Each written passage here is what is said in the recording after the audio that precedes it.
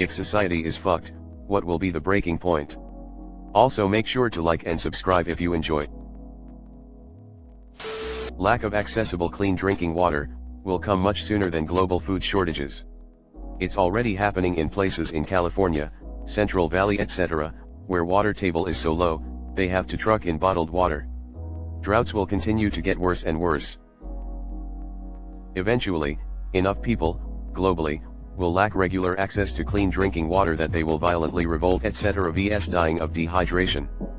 I know it's already happening in places around the world, but, forgive this, it's happening to people the rest of the world doesn't care enough about. Once violence starts to happen in first world developed countries, governments will take notice and react back. California is a water disaster. Stuart Resnick grows the most water-intensive crops that exist: pomegranates, pistachios, almonds under the wonderful company, Pola SCM Wonderful. With absolutely no regulations to stop them, they just drill deeper and deeper wells to reach the water table. This is just prohibitively expensive for normal people. Without people like Stuart Resnick, California would not have a water problem. As long as people can scroll phones, the breaking point can wait. Weapons of mass distraction. The water wars. You can go for a while without other things, but you can only go without water for a few days. The water wars will be society's downfall. Yeah, but you only have to hold off the guys with no water for a few days. Food and drinkable water scarcity. The end. Just as Rome wasn't built in a day, it didn't fall in a day. It was a slow decline over hundreds of years with new forms trying to pick up the pieces. This is us. It's a slow decline caused by fuck up after fuck up from probably around the end of World War II. The cracks have been steadily growing, and now they are so big that people can't help but notice, and they desperately call for solutions, but those in power does nothing but stave it off one decade at a time. I've got foundation vibes from this one, kek. Food shortages, not prices go up, food shortages. The kind where grocery delivery trucks need police escorts, and when they open the back, the truck is half empty because the police escorts took payment into the form of skimming food off the truck for themselves. When people go hungry on a systemic level, shit gets wild. This has happened throughout humanity. Massive famine, and the ones in power don't give a shit because they hoard the wealth. I was about 3 years old during the Cuban Missile Crisis. My dad told me we didn't go to a fallout shelter like a lot of people in our town did. He said our extended family just wanted to spend the last few days together. Who would want to survive a thing like that, he said. I think about that when I feel like the end is nigh. I think about how people in our past must have felt all those many times it felt like we had reached the end. The problems we face today are not insurmountable. We have a way of always coming back from the brink. Thank you for this. Not to downplay the issues we face today, and there are major issues on the horizon, but humans are nothing if not resilient. Optimism is refreshing. My grandmother is 96. I asked her how many times in her life had she heard that the end was supposedly nigh. She said she stopped counting decades ago. When Arizona tea goes above 99 cents, that's when we know we fucked up majorly. Edit, we're in the end game now. I knew there was a problem when the dollar store was no longer the dollar store. Rapidly increasing gap between the haves and have-nots, as automation takes more and more jobs, and funnels more and more money into the billionaire class. The lower classes will either realize what's up, band together, and create mayhem, or the uber-rich will keep them distracted and fighting each other, which will be at least as much carnage.